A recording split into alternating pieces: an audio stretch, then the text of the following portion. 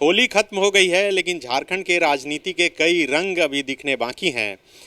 यहाँ के पॉलिटिशियन का भी रंग बदलना बाकी है। चूँकि बीजेपी ने अपने सभी कैंडिडेट के नाम की घोषणा तो कर दी है, लेकिन महागठबंधन की तरफ से अभी एक भी उम्मीदवारों के नाम की घोषणा नहीं हुई है। इस बीच चर्चा ये है कि कई भाजपा के बड़े नेता पाला बदल सकते हैं, मोदी का परिवार छोड़ सकते हैं।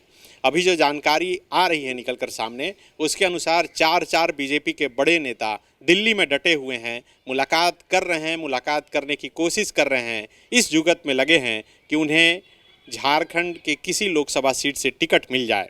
इससे पहले आप जानते हैं कि जेपी भाई पटेल जो मांडू से बीजेपी के विधायक थे, वो भाजपा छोड़कर कांग्रेस में शामिल हो चुके हैं। उन्हें ये आश्वस्त किया गया है कि हजारीबाग से कांग्रेस उन्हें अपना उम्मीदवार बनाएगी।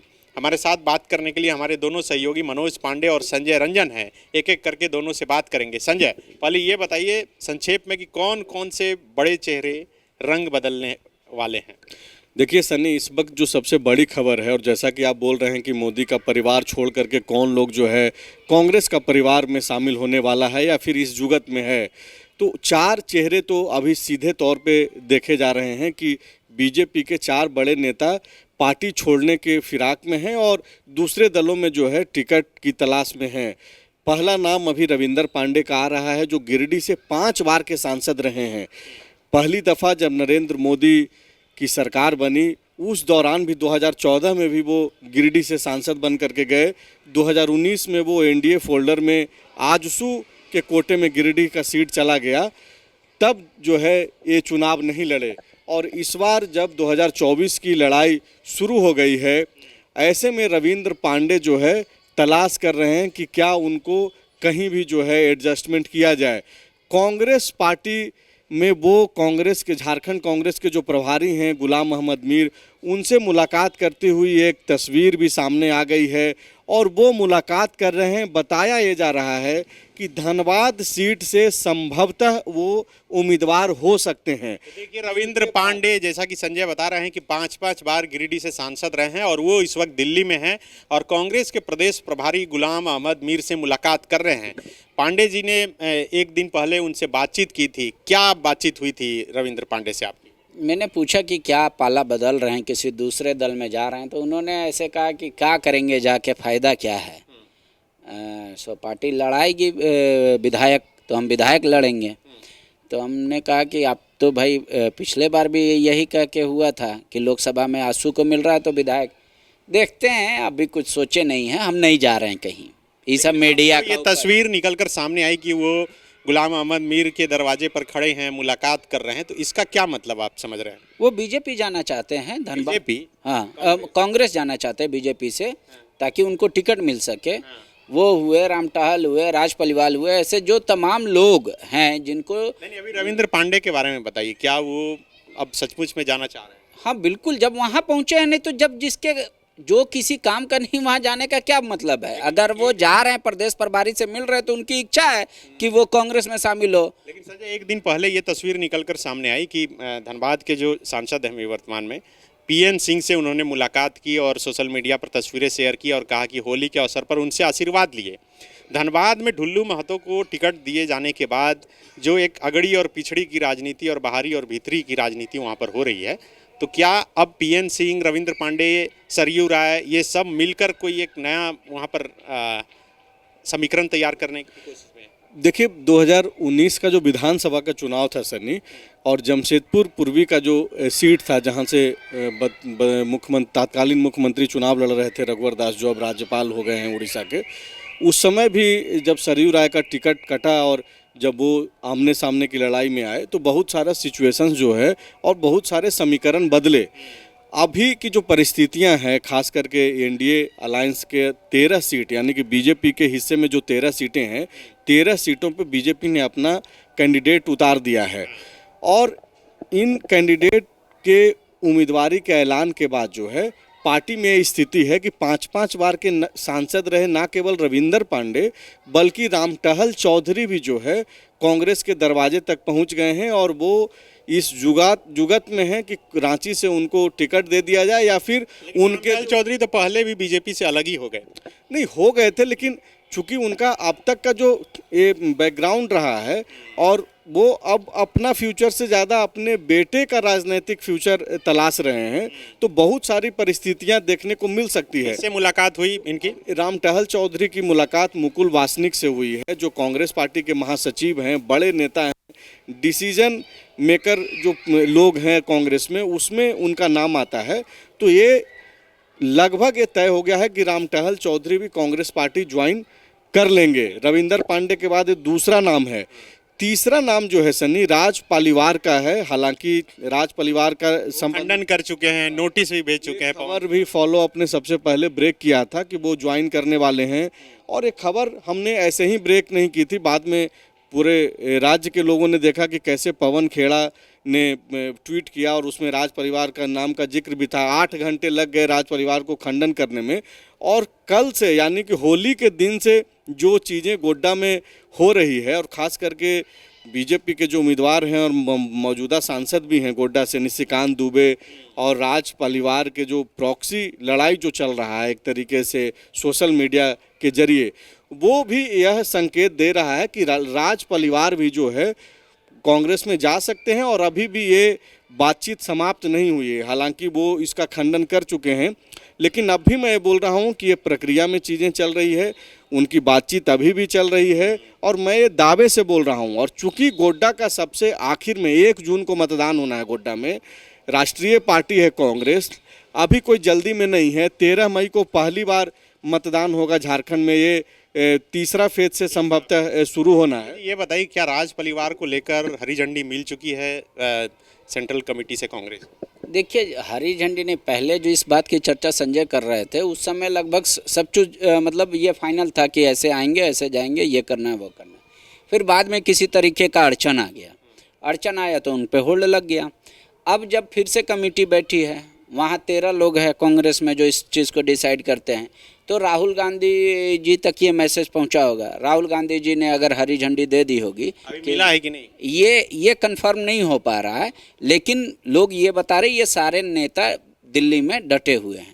और दिल्ली में डटे हुए हैं, जाहिर तौर पे है कि कांग्रेस के प्रदेश अध्यक्ष, प्रदेश प्रभारी और जो ऊपरी तबके के नेता हैं, 2 दिन में तस्वीर साफ हो जाएगी। हाँ बिल्कुल, मुझे लगता है संभवतः 29 तारीख तक बहुत सारी तस्वीरें क्लियर हो जाएंगी। देखिए, राज परिवार के दिल्ली में होने की खबर नहीं है, खबर रविंदर पांडे और राम टहल चौधरी के होने की है। राज परिवार की बातचीत अभी चल रही है, बातचीत एकदम बंद नहीं हो गया है, ऐसी बात नहीं है। और जहाँ तक बात देरी होने की वजह है, तो वो मैंने आपको बताया है कि आज सबसे आखिरी में वहाँ वोटिंग होना है, तो वो एक वजह है। चूँकि आज सीईसी की बैठक दिल्ली में हो रही है, कांग्रेस पार्टी के लोग बैठ रहे हैं और उम्मीदवारों के नाम की चर्चा होनी है। पहली फेज में यानी कि पार्टी के अगर दृष्टिकोण से, कांग्रेस पार्टी की तरफ से अगर बातचीत करें और वो जिस प्रक्रिया से अपने उम्मीदवारों का चयन करते हैं, तो आज 4 सीटों पे जो है बातचीत होनी है दिल्ली में। 4 सीट में एक रांची है, खूंटी है, लोहरदगा है और हजारीबाग है। देर रात तक यह संभव है, या फिर कल दोपहर तक या कल शाम तक, अगले 24 घंटे में इन 4 सीटों पर जो है कांग्रेस पार्टी अपने उम्मीदवारों का नाम ऐलान कर देगी। लेकिन लोहरदगा सीट पर अभी तक मामला फंसा है, क्योंकि जेएमएम की तरफ से ये बयान आ रहा है लगातार कि हमारी मजबूत दावेदारी। बिल्कुल, दावेदारी अब भी जारी है। 15-20 मिनट पहले जो इंटरव्यू हमने किया है झारखंड मुक्ति मोर्चा के महासचिव का, उसमें वो ना केवल लोहरदगा बल्कि खूंटी पे भी वो दावा कर रहे हैं। और वो ये बता रहे हैं कि भाई झारखंड में हम सबसे बड़े दल हैं, बड़े ताकत हैं। वो बिहार का हवाला दे रहे हैं, यूपी का हवाला दे रहे हैं और बता रहे हैं कि कांग्रेस की स्थिति बिहार में क्या है, यूपी में क्या है। वहाँ पे अखिलेश यादव यानी उनकी पार्टी सपा ज़्यादातर सीटों पे लड़ती है, बिहार में तेजस्वी की पार्टी आरजेडी सबसे ज़्यादा सीटों पर चुनाव लड़ती है। तो ये इन आधारों के दम पे जेएमएम अब भी दावा कर रहा है, और वो जेएमएम का यह प्रयास भी है कि लोहरदगा सीट मिल जाए, क्योंकि चमरा लिंडा वहाँ पे दावेदारी कर रहे हैं और मजबूत दावेदार हैं। लेकिन अब भी मैं ये बोल रहा हूँ कि लोहरदगा पे कांग्रेस पार्टी जो है बैकफुट पे नहीं जाने वाली है। सुखदेव भगत का नाम चला गया है, सुखदेव भगत ही उम्मीदवार होंगे वहाँ से।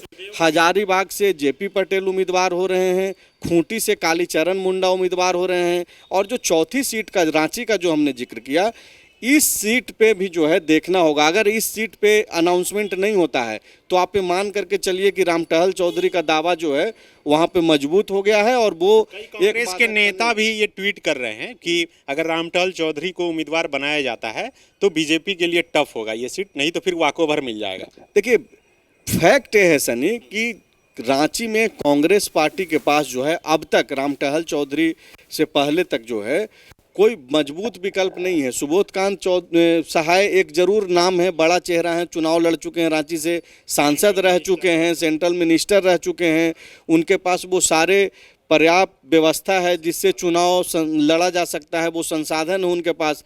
लेकिन हकीकत ये है कि जब यहाँ से जिला से नाम भेजा जा रहा था प्रदेश कमेटी को और जब दिल्ली जा रहा था नाम, उस समय भी वो अपने नेताओं से जो उनके इर्द गिर्द बैठते हैं उनसे बाकायदा वो चर्चा कर रहे थे कि मैं नहीं लड़ना चाह रहा हूँ, जो परिस्थितियां हैं उसके हिसाब से। अब रामटहल चौधरी के तौर पे एक विकल्प है। इसके पहले महतो समुदाय से केशव महतो, अगर केशव कमलेश महतो जो है उनका भी एक नाम था, लेकिन कहा यह गया कि उनके पास संसाधन नहीं है, वो पर्याप्त व्यवस्थाएं नहीं हैं जो मौजूदा दौर में चुनाव लड़ने के लिए जो है आप सक्षम हो। सामने बीजेपी है, मुकाबला आपका मोदी के नाम से है। तो ऐसे में इस तरीके से कई सारी चीज़ें हैं।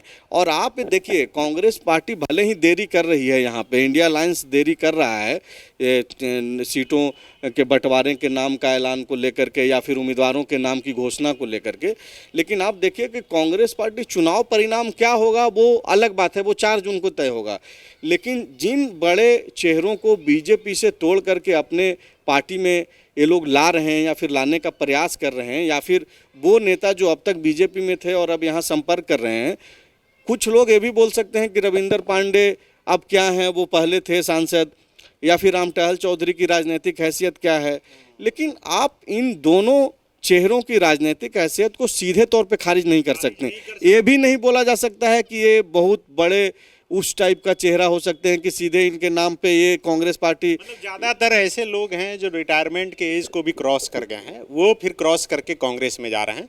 और मुझे लगता है कि कोई भी पार्टी अगर पहले अपने उम्मीदवारों के नाम की घोषणा करती तो दूसरी पार्टी में यही स्थिति रहती है। और यही वजह है कि भाजपा छोड़कर कांग्रेस में जा रहे हैं, क्योंकि देख रहे हैं कि जेएमएम के पास कोई ऑप्शन नहीं है। यही वजह है। नहीं, देखिए, जब परिवार बड़ा हो गया, आप परिवार को संभालेंगे नहीं, बर्तन तो किचन अलग होगा, कोई रेंट पे जाएगा, कोई अपना अलग घर बनाएगा।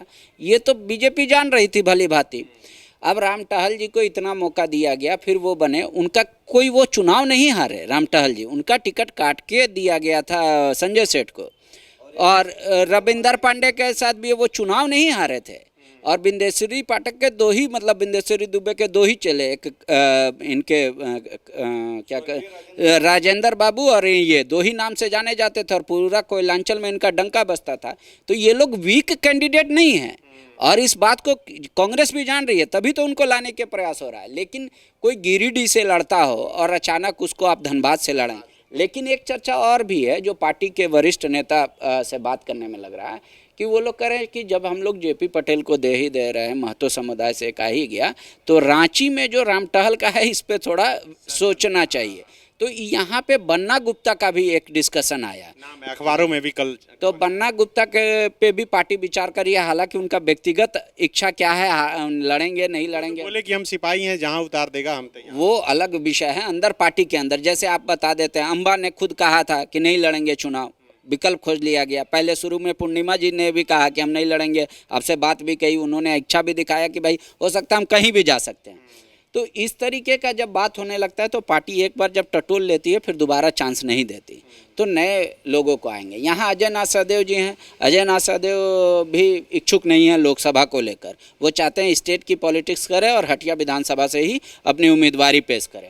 तो इस तरीके की तमाम जो कयास हैं और वो लगाए जा रहे हैं। तो संजय सेठ के सामने या तो रामटहल चौधरी, पर रामटहल चौधरी को उन्होंने हराया है। रामटहल चौधरी निर्दलीय लड़ गए थे पिछली बार, तो वो हार गए थे।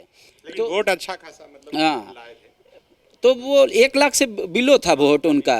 तो वो डिफरेंसेस को चेंज करने के लिए वो क्या सुबोधकांत सहाय का जो अपना वोट है, कांग्रेस का है, जेएमएम का है, आरजेडी का जो वोट है, उसमें वो ऐड ऑन करेंगे तो उतना इन्हांस होगा क्या, तो वो सब परिक्रिया दिख रही है। लेकिन अब जो कांग्रेस पहुंची है इस नतीजे पर कि जहां से जो फाइनल हो जाएगा उसको फटाफट टिकट सिंबल देना, मतलब के फॉर्मूले पर चल रही है। हाँ, कैंडिडेट का नाम अनाउंसमेंट शुरू हो जाएगा। तो जो ये माना जा रहा था 28-29 तारीख को ये मतलब एक साथ घोषणा होगा, तो वैसा नहीं। अगर जैसे जैसे ये लोग ज्वाइन करेंगे वैसे वैसे शायद घोषणा होगा। संजय ये बताइए कि सब कांग्रेस में ही जा रहे हैं कि कोई जेएमएम में भी जा रहा है? नहीं, यहाँ अब तक हम लोगों ने सिर्फ 3 नाम की चर्चा की। एक नाम कुणाल सारंगी का है, झारखंड मुक्ति मोर्चा में वो रहे हैं, विधायक भी रहे।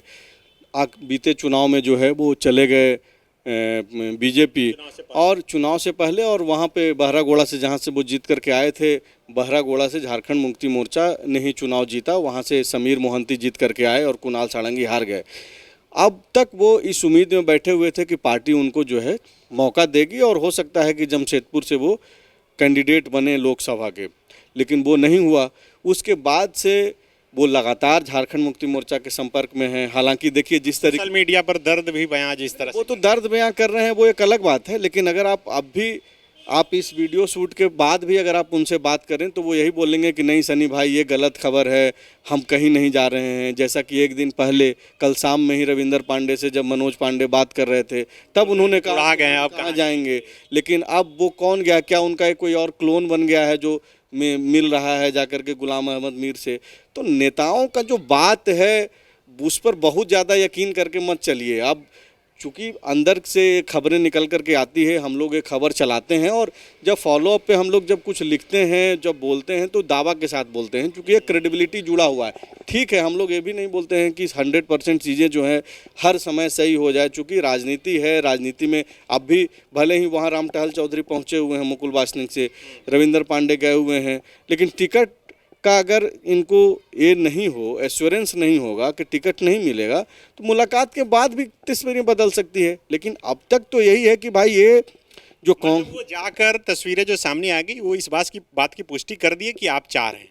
बिल्कुल चाह रहे हैं। और आप जो बात कर रहे थे कि पीएन सिंह से कल मुलाकात हुई, वो पीएन सिंह जिनकी टिकट कट गई और लगातार पूरे राज्य भर में जब 2 सीटें बीजेपी ने होल्ड किया, चतरा और धनबाद का, तो लोग यही मान रहे थे कि सुनील सिंह का टिकट कटे या फिर पीएन सिंह का कटे, लेकिन एक राजपूत जाति से टिकट मिलेगा।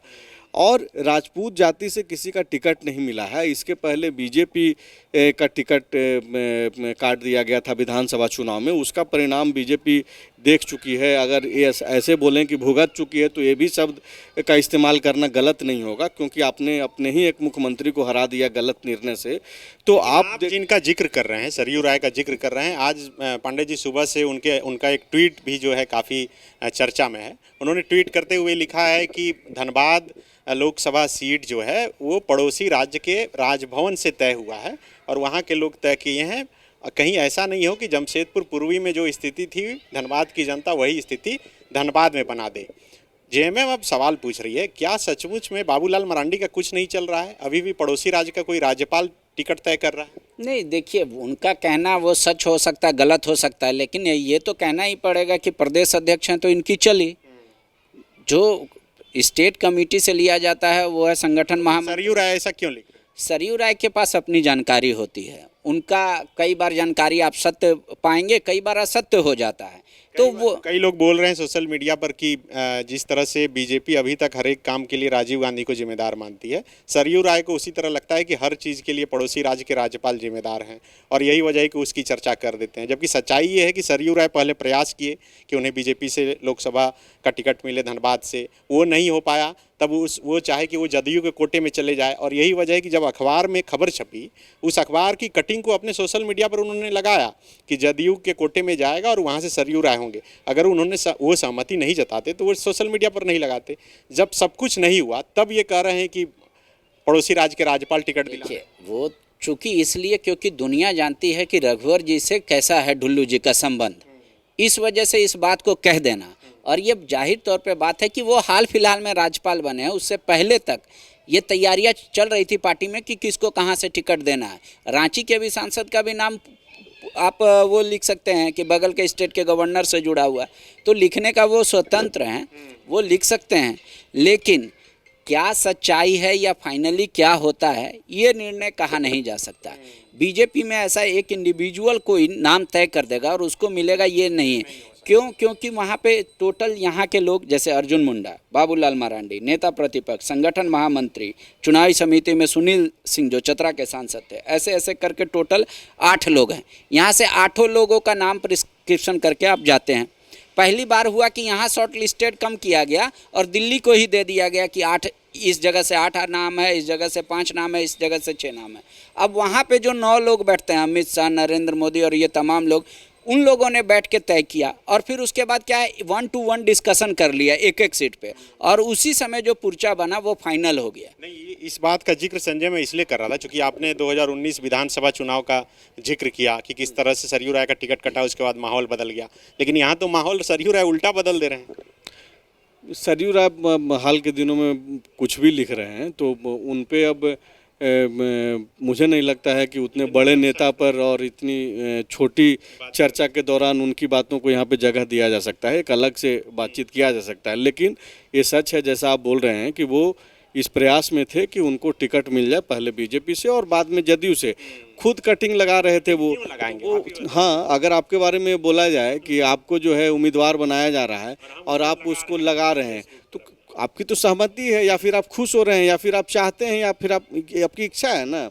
आपकी इच्छा पूरी नहीं हुई तो आपकी इच्छा पूरी नहीं हुई तो अब आप चुनाव भी लड़ सकते हैं, या फिर जो चीज़ें तस्वीरों के जरिए पेश करने की कोशिश हो रही है कि पीएन सिंह का टिकट कट गया और इस दुख में रविंदर पांडे गए और उनसे मुलाकात की। जाहिर सी बात है कि आज जब दिल्ली में है तो पीएन सिंह को बाकायदा उन्होंने कहा होगा ये बात कि आपकी भी टिकट कट गई, मेरी टिकट 2019 में काट दी गई, तो अब क्या किया जाए। क्या अब भी आप चुप रहेंगे? क्या अब भी चुप रहना सही है, या फिर कोई विकल्प देखा जाए? तो विकल्प तलाशने गए हैं दिल्ली, और दिल्ली में अगर कोई विकल्प मिल जाता है तो ये जितने जो नाराज गुट हैं जिनका टिकट कट चुका है वो हो सकता है कि कोई कमाल करें। नहीं, देखिए एक और चीज़ है ना कि रविंदर पांडे को वहाँ से लड़ाने फिर राजपूत का कैंडिडेट नहीं बचता है कांग्रेस के पास, इसलिए वहाँ पे 2 ही प्रबल 3 नाम हैं जिसको जमशेदपुर में पार्टी अजय राजपूत इंट्रोड्यूस करना चाहती है।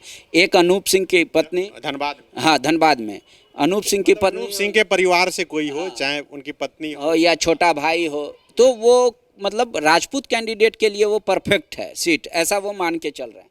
तो अब रविंदर पांडे को अगर वहाँ से लड़ाएंगे तब तो वो कैटेगरी ब्राह्मण में आ गए। आपका गोड्डा लोकसभा, वहाँ पे भी राज परिवार का नाम चल रहा है, दीपिका पांडे सिंह का, ये दोनों ब्राह्मण कैटेगरी से हैं। तो अब ये देखना है कि एक राजपूत को लड़ाना है। अगर मान लीजिए करनी सेना के लोग लगते हैं या तमाम कोई भी लोग उनको लगते हैं, अगर या बहुत वोकल कास्ट है वो, मतलब उनका एक अपना भले ही वोट बैंक संख्या में ना हो लेकिन उनका दबदबा रहता है, तो अगर उस फैक्टर को लेके देखेंगे तो रविंदर पांडे वहाँ सूट नहीं करेंगे।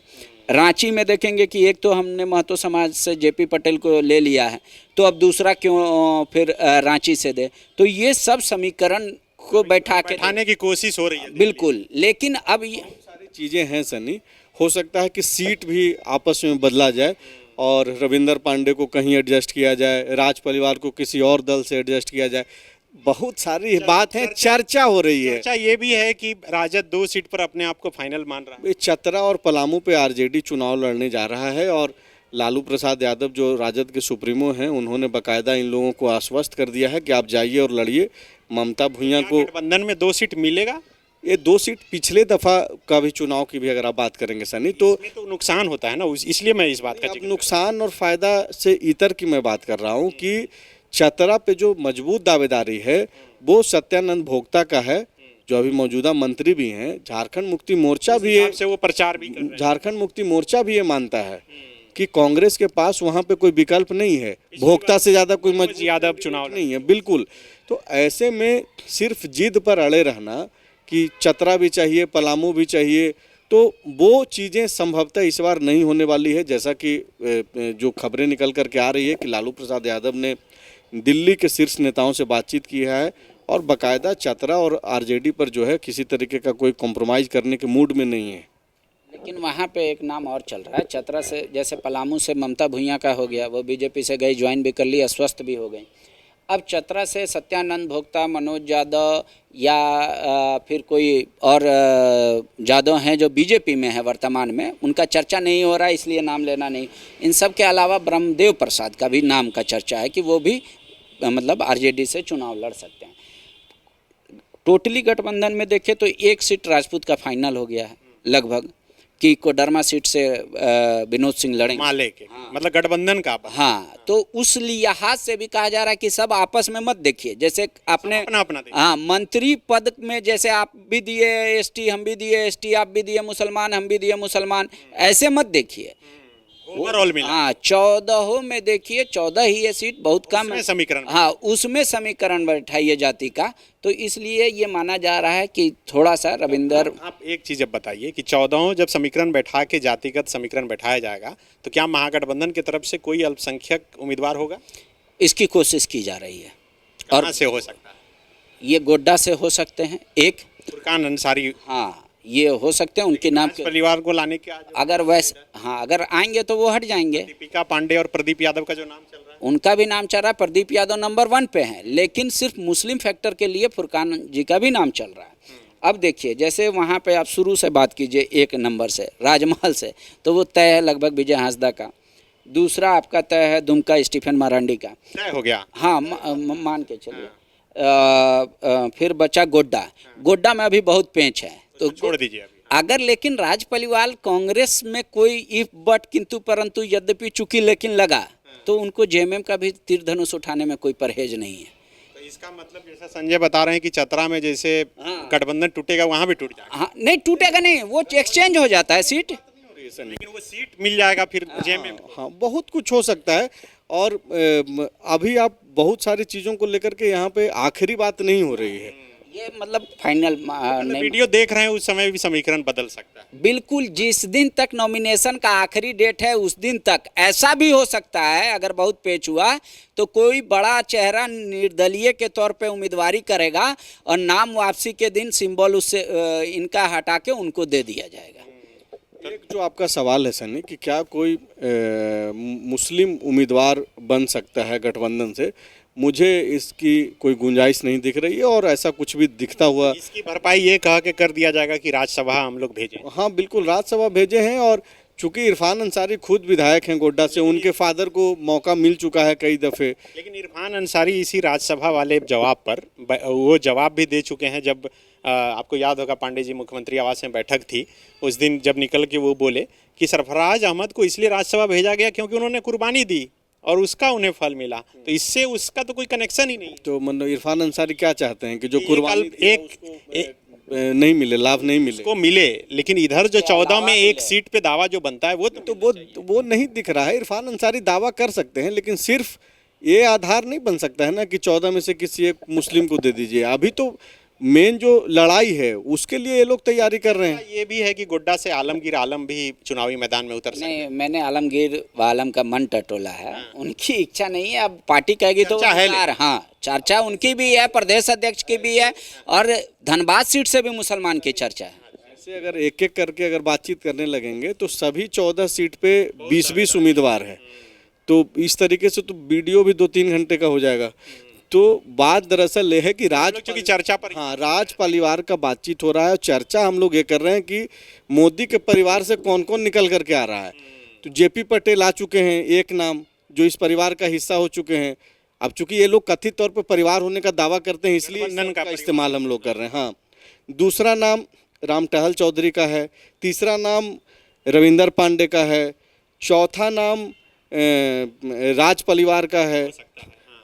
नहीं हो सकता है, सब प्रोसेस में लाइन में लगे हुए हैं, और पांचवा नाम कुणाल सारंगी का है। तो आप ये देखिए कि भले ही चुनाव परिणाम, जैसा मैंने पहले भी कहा कि चुनाव परिणाम कुछ भी हो, चूंकि बीते चुनाव में 12 सीट एनडीए ने जीता है, तो आप एनडीए का जो एक दावा है कि हम 14 सीट जीतेंगे, तो आप उसको गलत या खारिज भी नहीं कर सकते हैं। वो पहले जीत चुका है 12 सीट। लेकिन होता क्या है कि परसेप्शन की लड़ाई है। चुनाव तक जो है एक निर्दलीय भी जो चुनाव लड़ता है वो अपना इक्वेशन बनाता है, और उसको लगता है कि यहाँ से उसका वोट ऐसे कट जाएगा, उसका वोट ऐसे कट जाएगा, हमको इसका मिल जाएगा और हम जीत रहे हैं, इसी उम्मीद में चुनाव लड़ता है। तो परसेप्शन एक ज़रूर बनेगा। अगर झारखंड में इंडिया अलायंस कांग्रेस पार्टी ने अगर बीजेपी के इन नेताओं को तोड़ करके अपने दल में भी अगर कांग्रेस पार्टी ज्वाइन करा लेती है, ये भी एक अचीवमेंट है ऐसे दौर में जब मोदी के नाम पर 400 सीट जीतने का बातचीत हो रहा है। तो एक पब्लिक परसेप्शन बनेगा कि बीजेपी के लोग भी छोड़ करके जा रहे हैं। पर ये टेलर है दोनों तरफ से। असली फिल्म और विधानसभा में आपको देखने को मिलेगा जहां स्लॉट का स्लॉट खाली हो जाएगा। कई लोग ऐसे। बिल्कुल, देखिए चर्चा पर हम लोगों की भी चर्चा जारी रहेगी। आप रंग बदलती इस पॉलिटिक्स के हर एक रंग जो है देखिए, और हम लोग कोशिश करेंगे कि हर एक रंग को होली के बाद भी आप तक पहुंचाते रहें। शुक्रिया।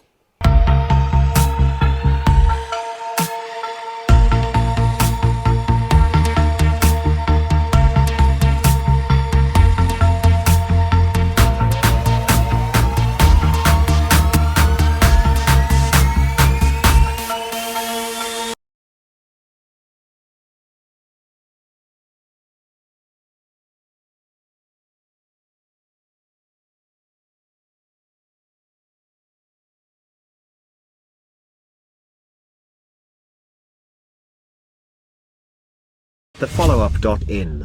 Like, share, and subscribe. www.thefollowup.in